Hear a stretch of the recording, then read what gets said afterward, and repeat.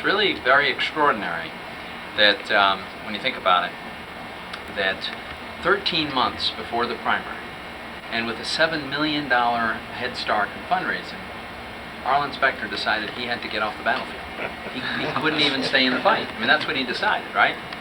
Now, you have to ask yourself, why is it that a guy with 13 months of time and millions of dollars of money felt that he couldn't possibly rehabilitate himself to the point where he could win a primary? And I think the answer is very clear. Republican voters in Pennsylvania, and now this is increasingly becoming true about Democrat and independent voters as well, but initially Republican voters realized that Senator Specter is a big part of what's wrong with Washington. And he has been actively supporting and contributing and aiding and abetting in this really dangerous lurch to the left by this federal government. I mean, can you imagine that we're standing here today in this wonderful country of ours, but our federal government has already fully nationalized three of the biggest financial institutions in the country, Fannie Mae, Freddie Mac, AIG. They've partially nationalized all the big banks. They fully nationalized 2 out of the 3 American car companies. Who knows what's next on the nationalization bailout schedule?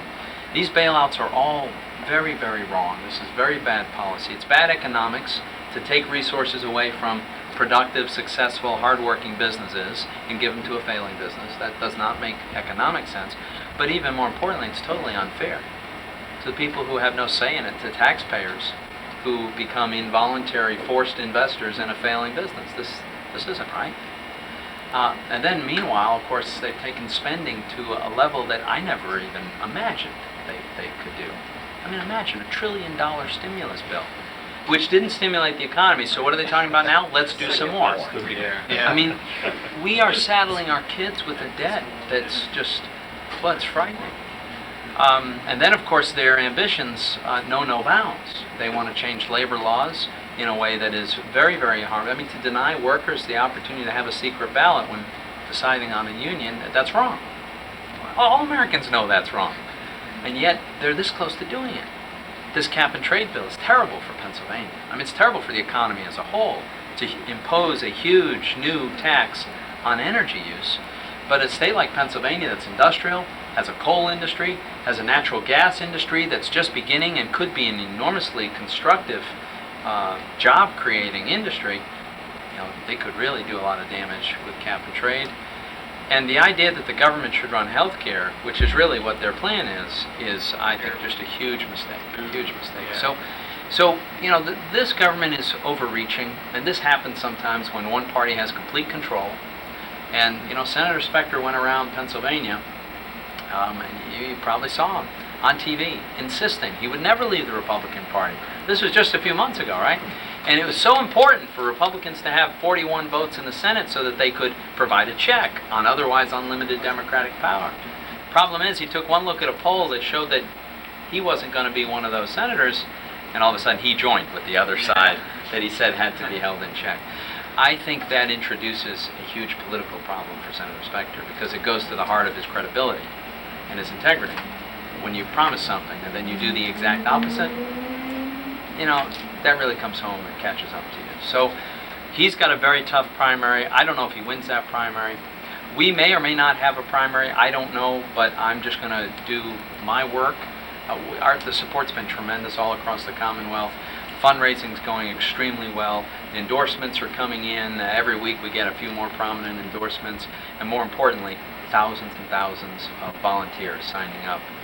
I already now, about 11 weeks into this campaign, I have more people have made a contribution to my campaign than the entire 2004 14-month campaign.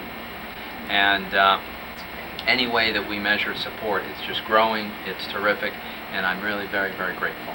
So I'm convinced we're going to win this, and I've got 2 sort of immediate goals when I get to the Senate. One is to provide that 41st Republican vote so the Republicans are not just bystanders, so that we have a seat at the table and we can stop the excesses of one-party rule, which is, I think, vitally important.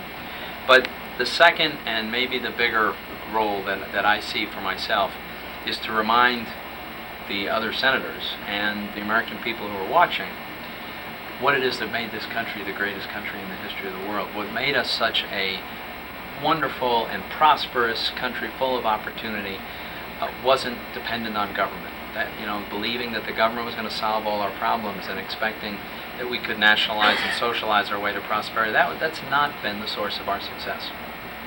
It's been individual freedom, personal responsibility. It's been a free enterprise system. It's democratic capitalism. It's limiting the power of government, expanding the freedom of individuals, respecting traditional social and cultural values, and being a country willing to defend itself. Those are the ideas that have been the source of the great prosperity. And this economy will turn around and we'll start generating job growth and prosperity and opportunity when we remember that all the prosperity comes when men and women get up every day and go to work, and they work making things and providing services that other people value. That's the source of an economy. It's not government. Government's not the source of wealth or opportunity, and it never has been and never will be. We've just got to get back on this track, and we'll be fine. But we got to do it sooner rather than later, because they're doing some damage right now. And that's why I'm running. I really believe that voters across Pennsylvania are going to embrace this message, as they have been so far, and it's what I'm all about. And I'm going to keep working as hard as I can every day, right up through the election day. And very grateful for all your support. I appreciate your coming out today, and I just ask you to spread the word. If you're not already signed up on Facebook, or go to our website and sign up as a volunteer, and then spread whatever you can to your family and friends and co-workers. Let's take back our government. Let's restore the prosperity that we can and should have. Thank you.